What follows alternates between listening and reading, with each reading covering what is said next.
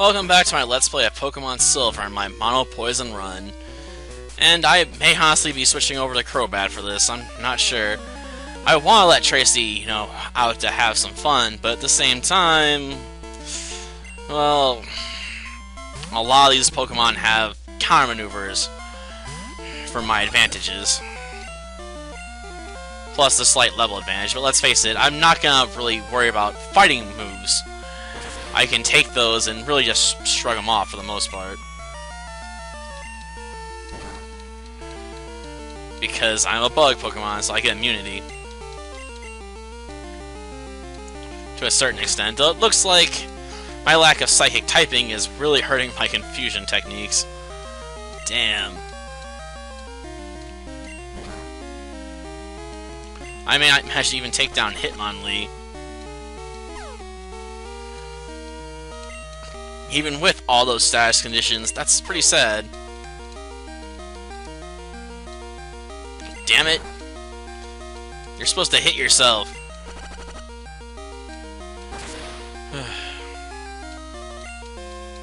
Well, that put me back in the game at least. Ow. Come on. Barely. But we did it.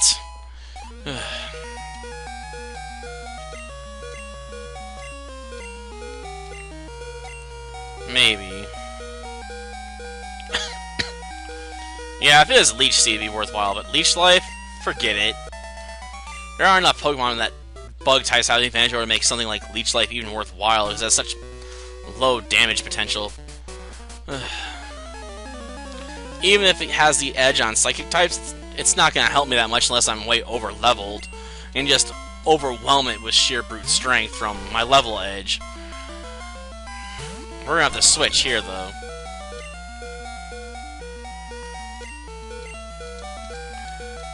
Well, I'm counting on you, Crobat. Hopefully it didn't counter on the head. Damn. Thunder Punched and paralyzed. Shit. How did it see it coming? And why didn't it follow up with an Ice Punch or something? Why go with Comet Punch? Whatever, I'll get my revenge with that wing attack.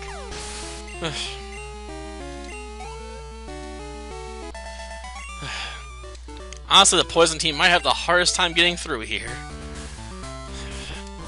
Even harder than the normal team, because that had Phoenix to rely on, and the Ghost team had the edge that it couldn't be hit by fighting moves, which means a lot of these Pokemon were completely powerless to stop me from just taking them out with Nightshade over successive turns.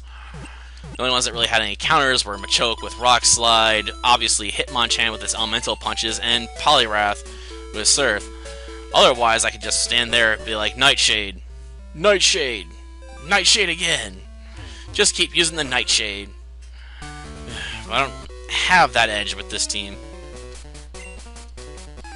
But I suppose Crobat can make up for all my problems by just smashing things with his wing attack. I was hoping Tracy would be able to show off a bit, and prove that Venomoth in the future will be a worthwhile Pokemon to have. Going for an attack that hurts me based on your level. Not a bad idea, I suppose. I mean, it's gonna basically force me to have to switch out real quick.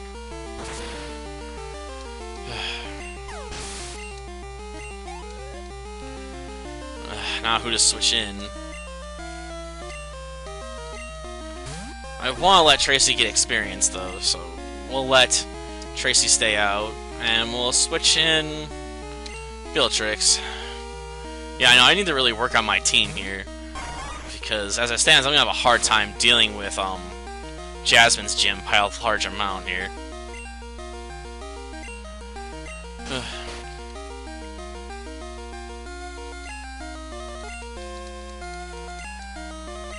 Okay, if you sleep a couple turns, I might be able to Vine Whip you.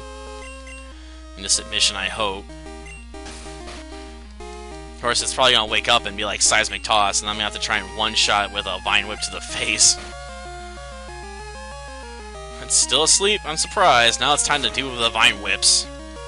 I think 2 will be sufficient. Wow. We got off a good sleep maneuver this time. Unusual. Okay, go Tracy. And Bella's still in the game, alright. Thanks to sleep powder. It'll be better when I learn Razor Leaf. Then I'll have at least a leaf-based, well, not leaf, grass-based move that doesn't suck, really. If I would have had more power points behind it, it wouldn't be so bad. I don't know why it was given only 10, considering how little damage it really does. It's basically just a grass version of Tackle for all its power you can get behind it.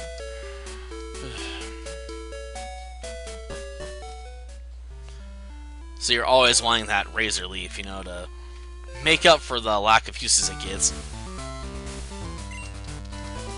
Okay, let's push it. Come on, Viper. Yes, I have a snake that can push rocks. Don't mess with her. Or him. I forget its gender right now. I usually don't worry about genders because they're not very important in these games, really.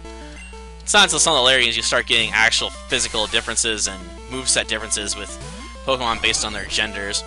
So... this ain't Gen 1, though. In Gen 1, Crychop was still a normal attack. And this gen, it's actually a fighting move. Yeah, that's actually true. So you actually can use Crychop with decent effectiveness in the first gen against psychic types. Yeah, it's an oddity, I know. Like, I don't know why it wasn't a fighting move when it was first introduced. It'd make perfect sense to make it a fighting technique. But whatever, that's the way it was. It is something you can take advantage of when you're doing Let's Plays and stuff, though. That was a good Fury Swipe, actually. 5 hits in a row. Damn.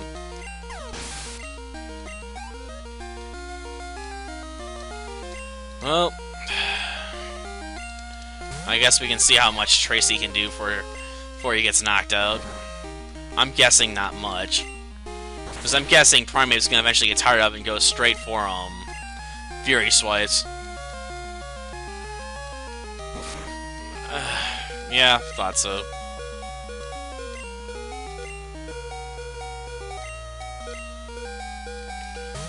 Okay, get in there.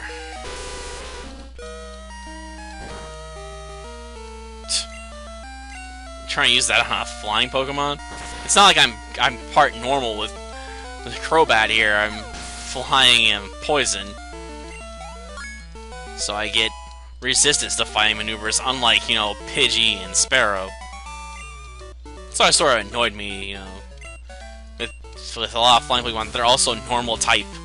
So the one advantage you could have against fighting Pokemon gets lost because of that. I mean, don't get me wrong, it helps me out for my normal run, because I have a Pokemon with flying maneuvers I can pull off. That gets a stat boost for, or stab advantage, sorry. Yeah, we're gonna try and let Tracy start things off against Chuck. I'm not expecting it to go very well, but I'll let Tracy have a shot. I'm betting I'm gonna have to rely on Crobat to save the day.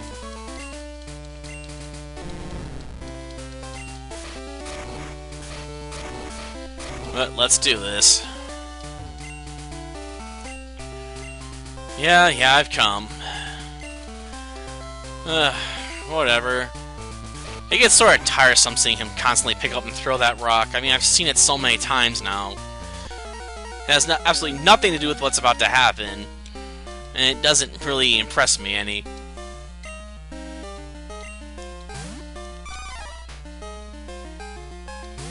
This is probably going to end up being ugly.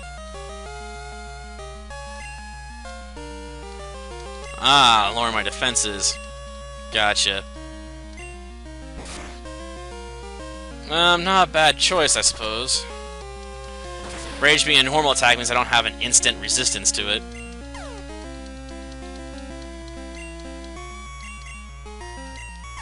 Oh, and it confused itself. That's nice. He became his own worst enemy.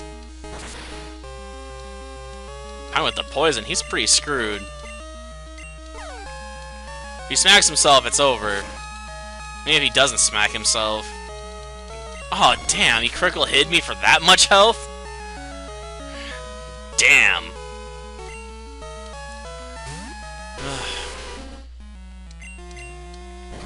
That's what I get for thinking it was all over, right? That was dumb. I should remember, Dark doesn't work on fighting, it has the edge on it. Well...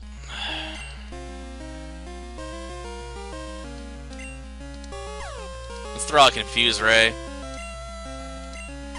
That way it hopefully hits itself. I can smack it with a wing attack. I don't want trying to set up on me with Mind Read or anything so for its Dynamic Punch if I can avoid it. Oh, trying to go for sleep? Not a bad plan. Not a bad plan at all.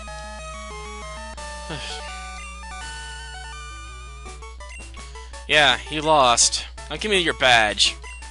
And your TM. And then we have to go get Fly from your wife. You know what? Chuck might be one of the few gym leaders we know is actually married in the entire series, oddly enough. It's rather unusual. The only other one I can really think of is the next generation of games. Because you're the daughter of a gym leader, and obviously your mom's still around. That's the only other game I can really think of right now where your dad, where you have a gym leader that actually is known to have a family, not just be a sole individual. I'm sure there's others that are on that list. I just don't know about their relationships. Plus, I haven't played beyond really the 3rd generation, so I don't know anything about the 4th or 5th generation gym leaders, much less the 6th ones. But with that out of the way, we are done. Next time we'll be heading back to Olivine City to help out Amphi and take on Jasmine. Till then, see ya.